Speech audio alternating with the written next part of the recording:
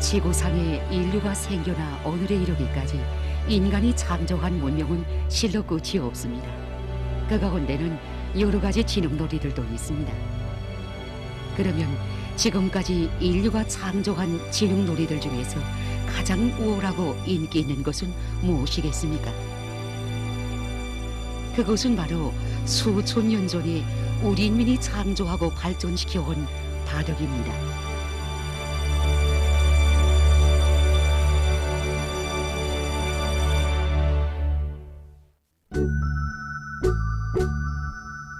바둑이라고 하면 우리 인민들 속에 제일 먼저 안겨오는 모습이 있습니다. 그것은 1992년 제4차 세계 아마추어 여자 바둑 선수권 대회에서 순위권에 입선한 7살 난 최훈아 선수의 모습입니다. 운하더무는 몇 살 때부터 바둑을 배웠습니까? 6살 때부터 바둑을 배웠습니다. 예. 선수권 대 규모에 대해서는 어떻게 얘기할 수 있습니까? 당시 26개 나라 선수들이 경기에 참가했었습니다. 그래서 제가 그때 참가할 당시 나이가 7살이었습니다. 그러다 보니 적해 보는 사람들도 있었고 이렇게 부정적으로 또 이렇게 생각하는 사람들도 있었습니다. 그러니까 저렇게 애기 같은 선수가 나왔는데 저런 애기 같은 게 바둑을 정말 둘 줄 알기는 아는지 정말 조선에 선수가 없긴 없었다. 그렇게 비웃으면서 뭐 평가한 사람들도 있었고 또 어떤 사람들은 바둑이라고 하면 문명한 나라에서만 하는 것으로 세계적으로 인정이 되어 있습니다. 그러니까 그런 사람들이 저렇게 어린 선수까지 바둑을 하는 정도면 조선이라는 나라가 얼마나 문명한 나라인가를 알 수 있다고 하면서 놀라움을 금치 못했다고 합니다. 그때 그 7살이었으니까 그때 그 심정은 이렇게 아직 기억이 잘 되지는 않겠지만 그래도 그때 그 어린 마음에 조국이 그 명리를 안고 선수권대회에 참가했을 때 그 심정이 정말 어땠습니까? 솔직히 7살이라고 하면 너무도 철이 없으니까 그때 감정이라고 하면 제가 떠나기 전에 부모님들이 상당히 걱정을 했습니다. 그러니까 저렇게 철 없는 아이가 국제 경기에 나가서 이제 행동을 잘못하거나 경기에서 껄뚱을 해서 나라 망신을 시키지 않겠는지 그러니까 가면서도 계속 저한테 계속 당부를 했습니다. 나라 망신을 시키면 안 된다고. 제 심정이라고 하면 절대로 나라 망신을 시키면 안 된다. 무조건 입선해서 제가 컵을 무조건 타와야 되겠다. 이런 심정이었습니다. 그 운하더무가 그때 그 경기를 총 모두 몇 번을 했습니까? 7번을 했습니다. 그래서 4승 3패 성적으로 8등에 입선했습니다. 그러니까 마지막으로 이긴 선수가 단마루크 선수였습니다. 예. 그러니까 그때 그 단마루크 선수가 나이가 몇 살이었습니까? 33살이었습니다. 예. 그러니까 그 7살 난 소녀와 33살 난 그 선수와의 그 경기가 그때 좀 많은 사람들의 관심을 불러일으켰겠습니다. 예. 당시 저에게 진 단마루크 선수는 너무도 창피해서 이런 말을 했다고 합니다. 내 딸과도 같이 어린 저런 선수에게 지리라고는 꿈에도 상상조차 하지 못했다. 조선의 천재적인 소녀의 기질 앞에 놀라움을 금할 수 없다. 저런 천재적인 소녀를 키워낸 조선의 사회주의 교육제도가 얼마나 훌륭한가를 다시 한번 느끼게 되었다고 자기 심정을 토로했다고 합니다. 주체 80일 1992년 12월 31일 어버이 수령님께서는 평양시 학생 소년들의 설맞이 공연을 도와주시려고 평양 체육관에 나오셨습니다. 그때 최훈아 어린이가 바둑을 두는 것을 도와주시면서 위대한 수령님께서는 바둑은 옛날부터 우리 인민들이 많이 놀던 우리나라의 민속놀이라고 앞으로 바둑을 일반화 대중화하여 적극 참여하면 국제경기에 나가 1등으로 할 수 있는 선수들이 많이 나올 것이라는 귀중한 가르치심을 주셨습니다. 위대한 장군님께서는 최훈아 어린이의 가정을 모두 평양에 올라오도록 해주시고 그를 평양 학생 소년공전에서 바둑을 배우도록 조치를 취해주셨습니다. 7살짜리 어린이가 세계 바둑 선수권 대회에서 순위권에 오른 소식은 온 세계에 파문을 일으켰으며 온 나라를 바둑 열풍으로 들끓게 했습니다.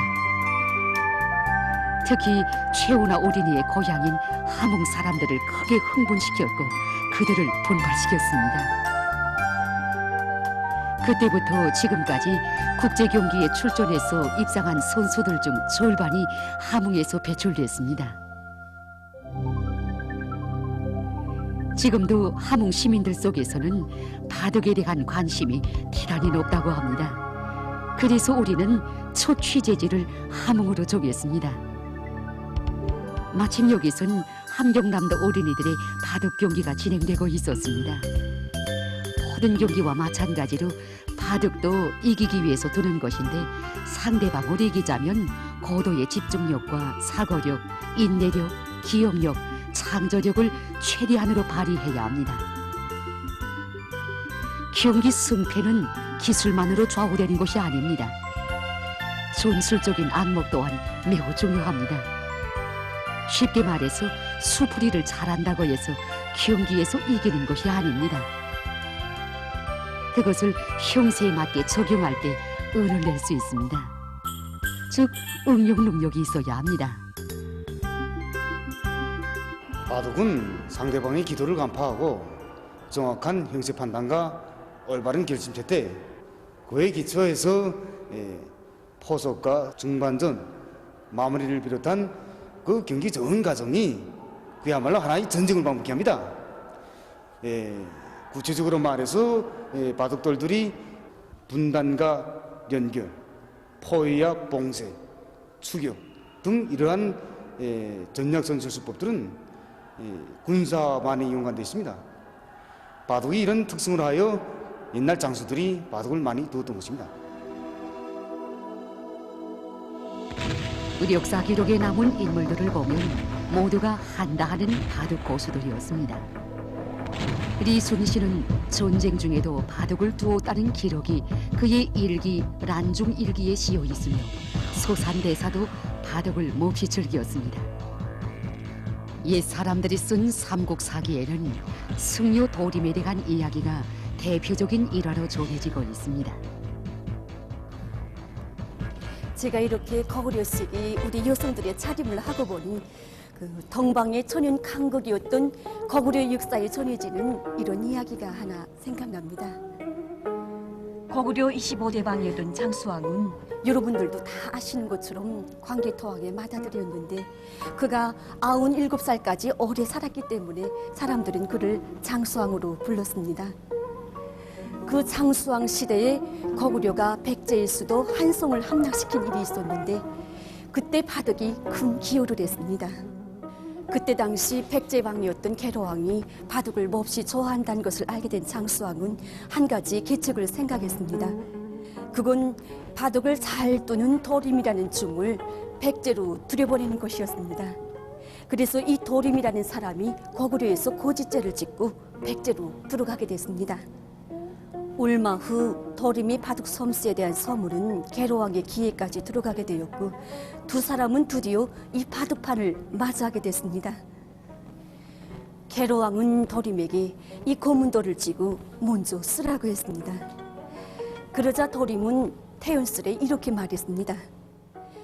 서승이 먼저 쓰면 대왕께서는 2점 차이로 지게 될 것이고 대왕께서 먼저 쓰면 1점 차이로 끝나게 될 것입니다. 도림의 이 말에 궁중의 관리들도 또 계로왕도 가소롭다는 뜻이 웃어대기 시작했습니다. 그것은 그때 당시 백제에서는 바둑에서 계로왕을 당할 자가 없었기 때문이었습니다.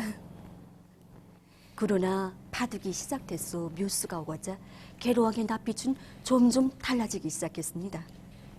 한 수, 또 한 수 넣을수록 궁지에 몰리게 된 계로왕은 중반전에서 던지고 말았습니다.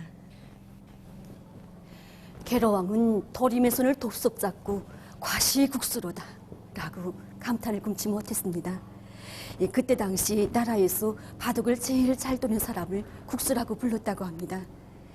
그 후 계로왕은 도림을 상객으로 삼고 그와 친밀하게 지냈습니다.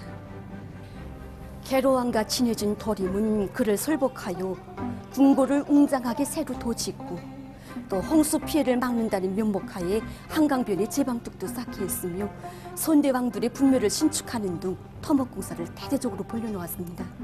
이와 함께 궁중의 비밀도 알아냈습니다. 이 가정의 백제의 국력은 점점 더 쇠약해지고 백성들의 원하는 하늘을 찌를 듯 높아졌습니다. 바로 이 틈을 이용해서 고구려는 475년 9월에 3만 대군의 병력으로 백제의 수도 한송을 공격했던 것입니다.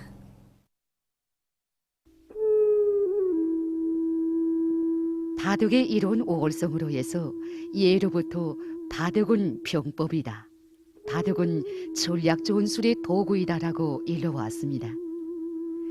그것은 당시 영토 싸움과 외래 침략자들과의 싸움이 그칠 새 없었던 환경 속에서 창과 칼만 가지고서는 승리를 기대할 수 없었고 뛰어난 군략과 지략을 소유하고 올바른 전략과 전술을 활용할 때에만 이길 수 있었기 때문입니다.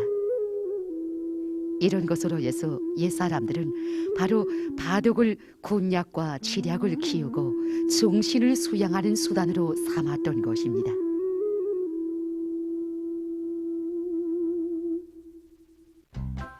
드디어 바둑 경기가 끝났습니다. 이번에 함흥에서 진행된 경기에서 우수한 성적을 받은 함흥시 동웅산구역 소은소학교 한 대남 학생은 전국 경기와 도경기에서 7차에 걸쳐 1등을 했습니다. 흥미있는 것은 학생이 바둑만이 아니라 학업 성적도 학교적으로 제일 높다는 사실이며 좋은 글도 척척선에서 경려하는 원수님께 기쁨을 드린 것입니다. 바둑을 배웠으니까 기억력이 상당히 좋아지고 그거는 아예 이혼하게 알립니다. 예. 그러니까 기억력이 좋아지고 그다음에 이런 사물 현상에 대해서 이렇게 무심히 보지 않고 이렇게 다 좀 심중하게 저건 어떻게 돼서 저렇게 됐는가 하는 거를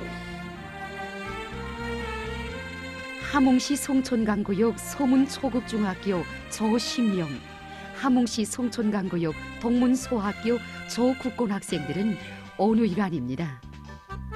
국고이가 바둑을 하는 거 보니까는 수학적 거리 좋아지는 거는 저리 알리고 그다음에 모든 말에서 표현에서 보면 좀 여느 아이들하고 좀 다르게 독특하게 좀 말을 엮고 나가는 거 보면 나 선생님도 야 바둑이란 게 좋긴 좋구나 아이들이 우스스로 수학적 거리 좋아지는구나 하는 걸 담임 선생도 많이 느끼고 부모도 많이 느꼈다.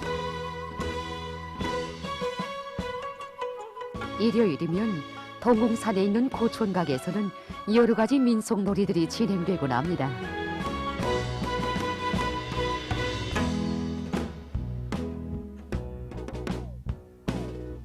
어른이나 어린이 할 것 없이 즐거운 민속놀이에 휴식일 하루를 보내면 마음이 흥그러워지고 우리의 곳이 제일이라는 자부가 생긴다고 합니다. 이 민속놀이들 중에서 제일 이채로운 것이 바로 어린이들의 바둑 경기입니다.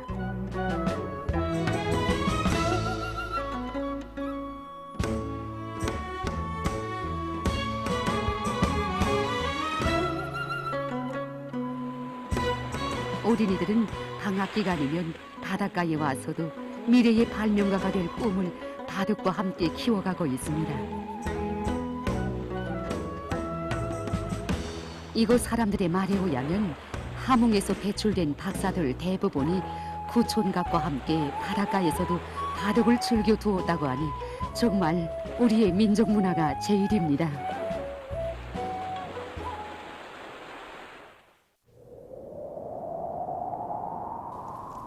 수천 년의 역사를 가지고 있는 바둑이 오늘까지도 그 인기를 잃지 않고 있는 곳은 바로 이 바둑이 누구나 배우기 쉬운 데 있다고 합니다. 매개 나라의 장기류에는 다 일장일단이 있지만 우리의 이 바둑처럼 규칙이 간단하고 배우기 쉬운 놀이는 드물다고 합니다. 그래서 저도 이번 기회에 좀 바둑을 배워볼까 하고 열심히 바둑 배우기를 하고 있는데 아무래도 전문가들의 방조를 좀 받아야 할까 봅니다. 바둑은 고문돌과 신돌 편이 돌을 번갈아 놓으면서 누가 더 많은 집을 차지하는가 하는 데 따라 승부를 가르는 우리 인민의 전통적인 진흥놀이의 하나입니다. 예, 지금 보시는 것처럼 두 어린이가 이렇게 앉아 있지 않습니까? 네. 그다음에 곰돌과 흰돌이 있고 바둑판이 이렇게 놓여 있으면 경기를 할 수 있습니다. 네. 그래서 우선 경기에 시작하기 앞서 누가 곰돌을 짚고 흰돌을 짚을 것인가 하는 추첨을 네. 하게 됩니다. 자, 곰돌 어린이와 흰돌 어린이, 자, 추첨을 합시다. 자, 흰돌 어린이 한 줌 짚으시오. 예, 지금 이렇게 되게 되면 흰돌 어린이가 지금 한 줌을 짚지 않았습니까? 이것은 자기가 무만큼 집었는가 하는 것을 마치라는 뜻입니다. 덜을 몇 개 집었는가를. 예. 네.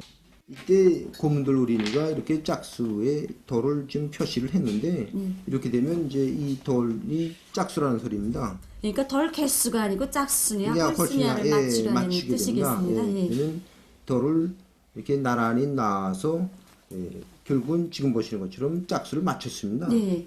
근데 만약의 경우 이 어린이가 한 개 덜을 넣은 경우에는 틀린 것으로 됩니다. 한 개돌은 헐수를 의미하겠습니다. 때문에 이런 경우에는 흰돌 어린이가 고문돌을 집 것인가는 선택권을 짓게 되고 지금 보시는 것처럼 맞췄으니까, 맞힌 경우에는 맞힌 어린이가 이제 고문돌과 흰돌을 선택권을 가지게 됩니다. 자, 고문돌 어린이 뭘 집을래요? 콩을 씻겠습니다. 예, 예. 고문돌을 지면 술을 먼저 쓰게 됐습니까? 예, 그렇습니다. 술을 먼저 쓰게 되면 유리하게 됩니다. 예. 자, 그러면 경기를 시작합시다. 안녕히 예. 바둑은 이렇게 인사로부터 시작하지 않습니까? 그렇습니다. 그래서 예. 바둑은 인사로 시작해서 인사로 끝납니다. 예.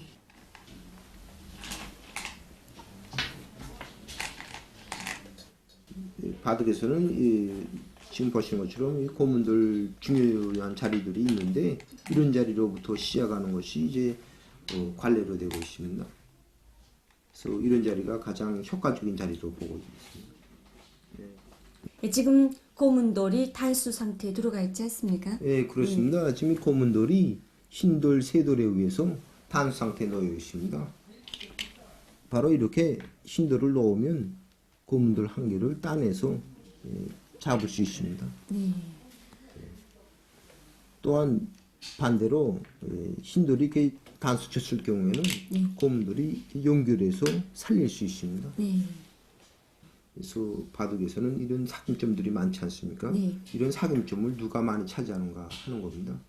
즉 다시 말하면 이제 보시는 것처럼 흰돌이 고문돌을 잡게 되면 흰돌에 의해서 빈 공간이 나오지 않습니까? 이게 바로 바둑에서 이런 자리를 바둑에서는 집이라고 합니다. 그러니까 이런 집을 누가 더 많이 차지하는가 하는 게 바둑의 승패를 가르는 기본 척도의 하나입니다. 근데 여기서 실내로 보면 이제 지금 이 자리는 한 자리이지만 예를 들면 흰돌로 이렇게 무리를 지어서 3칸짜리 집을 만들 수도 있고 또 이렇게 더 크게 하게 되면 지금 보시는 것처럼 이렇게 무리를 형성해서 8칸의 집을 차지할 수도 있습니다. 그래서 이런 집을 누가 더 많이 차지하는가에 따라서 이제 승패를 가르게 됩니다. 이젠 기본적으로 경기가 끝나지 않았습니까? 네, 그렇습니다. 지금 보시는 것처럼 지금 곰들과 흰돌 땅이 다 이 구별이 이제 명백히 되었다고 볼 수 있습니다. 경기가 끝났다는 것을 우선 알려면 이제 곰들과 흰돌이 경기점을 잘 봐야 됩니다. 그래서 이게 이 곰들과 흰돌이 이게 붙어 있는 돌 이런 걸 바둑에서 경기점이라고 하는데 이렇게 되면 이제 흰돌이 덜 무리를 짓지 않았습니까? 여기가 다 흰 땅이 됐습니다. 이렇게 되면 이 안악에 있는 이런 사김점이 모두 이제 흰돌의 땅이 되게 됩니다. 그리고 또 여기를 보게 되면 여기는 또 고문돌로 쭉 둘러막지 않았습니까? 이렇게 되면 여기는 다 모두 이제 고문돌의 집이 되고 이렇게 됩니다. 그래서 중앙에서도 이제 고문돌로 둘러막아서 고문돌의 집을 형성하였습니다. 여기도 고문돌 집. 예, 그렇습니다. 저쪽엔 또 흰돌 집이 예, 있습니다. 여기는 다 흰돌 집이고, 그다음에 여기는 이제 고문돌의 집이고.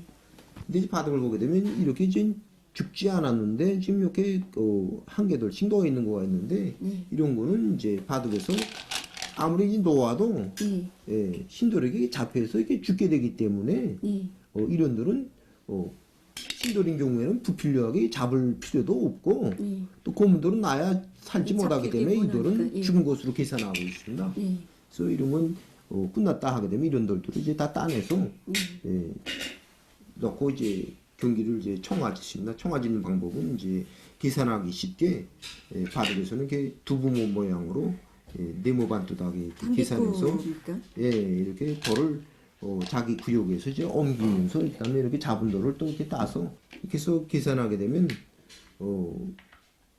이런 식으로 이제 계산을 하게 됩니다. 자, 지금 보시는 것처럼 여기 신도를 이제 정리했는데 이렇게 되면 5줄에 6줄 돼서 이렇게 30집이 형성했다는 걸 한눈에 보고 알 수 있지 않습니까? 또 여기는 또 6줄에 6줄 하니까 24집이 되고 이런 식으로 정리를 해서 이제 요거 몇 집이다, 해서 총 누가 땅이 많다 이런 식으로 계산을 합니다. 흰돌을 진 오린이가 돔내기를 했어요. 예, 그렇습니다. 신도를 집은 오린이가 후회한 대가로 고문돌에게 6집 반이라는 것을 받게 되어 있습니다. 그러면 여기서 이제 첨가할 때 6집 반을 고문돌한테 또 더해줘 가지고 합한 값을 이제 신도라고 집 차이점을 계산합니다. 근데 여기서 바둑에서 특별히 6집 반이라는 게 있는데 이 반이 이제 바둑에서는 아주 매력 있는 것으로 보고 있습니다. 바둑에서는 혹시 이제 만약 경우 이제 동점이 나는 경우가 있는데 이런 경우에 이제 이 반집이라는 거가 있게 되면 비기는 것을 없애기 위해서 이제 반점을 만들어냈습니다. 그래서 바둑에서 바둑판 자체는 반집이 없겠습니다. 바둑판에서는 반집이 없습니다. 지금 보시다시피 지금 이 상태가 바둑판에서 집을 다 정리한 상태입니다.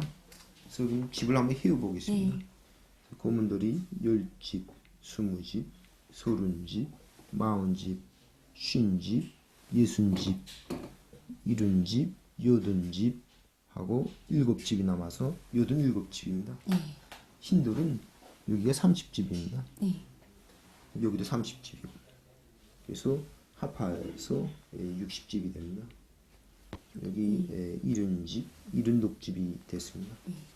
이렇게 되면 흰돌이 76집에 고문돌 87집인데 여기서 이제 고문돌이 흰돌에게 6집 반을 돔내기라는 것을 주게 되어 있습니다. 그렇게 되면 흰돌이 76집이 됐는데 거기서 6집 반을 더하게 되면 80집 반이 됩니다. 그래서 고문돌은 87집에 흰돌 80개 반이게 되면 6집 반을 고문돌이 이긴 것으로 됩니다. 수천 년 전에 창조된 바둑은 수법이 무한히 다양하고 깊기 때문에 장기 촌수의 바둑 만수라는 속담까지 나오게 된 것입니다.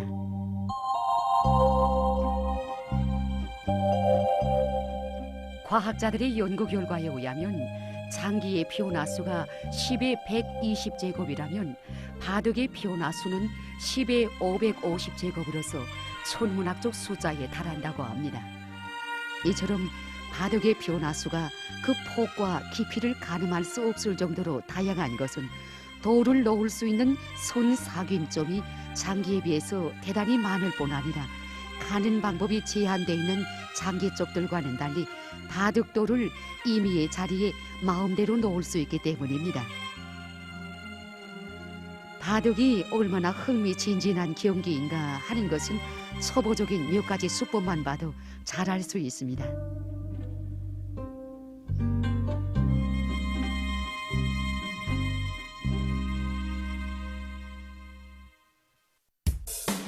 지금 세계의 수많은 사람들이 이 바둑을 가리켜 흥미의 최고봉, 취미의 최고봉, 으뜸가는 지능 경기라고 하면서 바둑의 태풍 속에 심신을 다 맡기고 있다고 합니다. 오늘날의 정보산업 시대에도 수많은 지능놀이들이 생겨나 사람들의 정서 생활에 이바지하고 있지만 그 인기를 잃지 않고 온 세상에 보급되고 있는 우리의 바둑. 그럼 바둑의 기원과 발전 과정에 대해서는 다음 시간에 보기로 하겠습니다.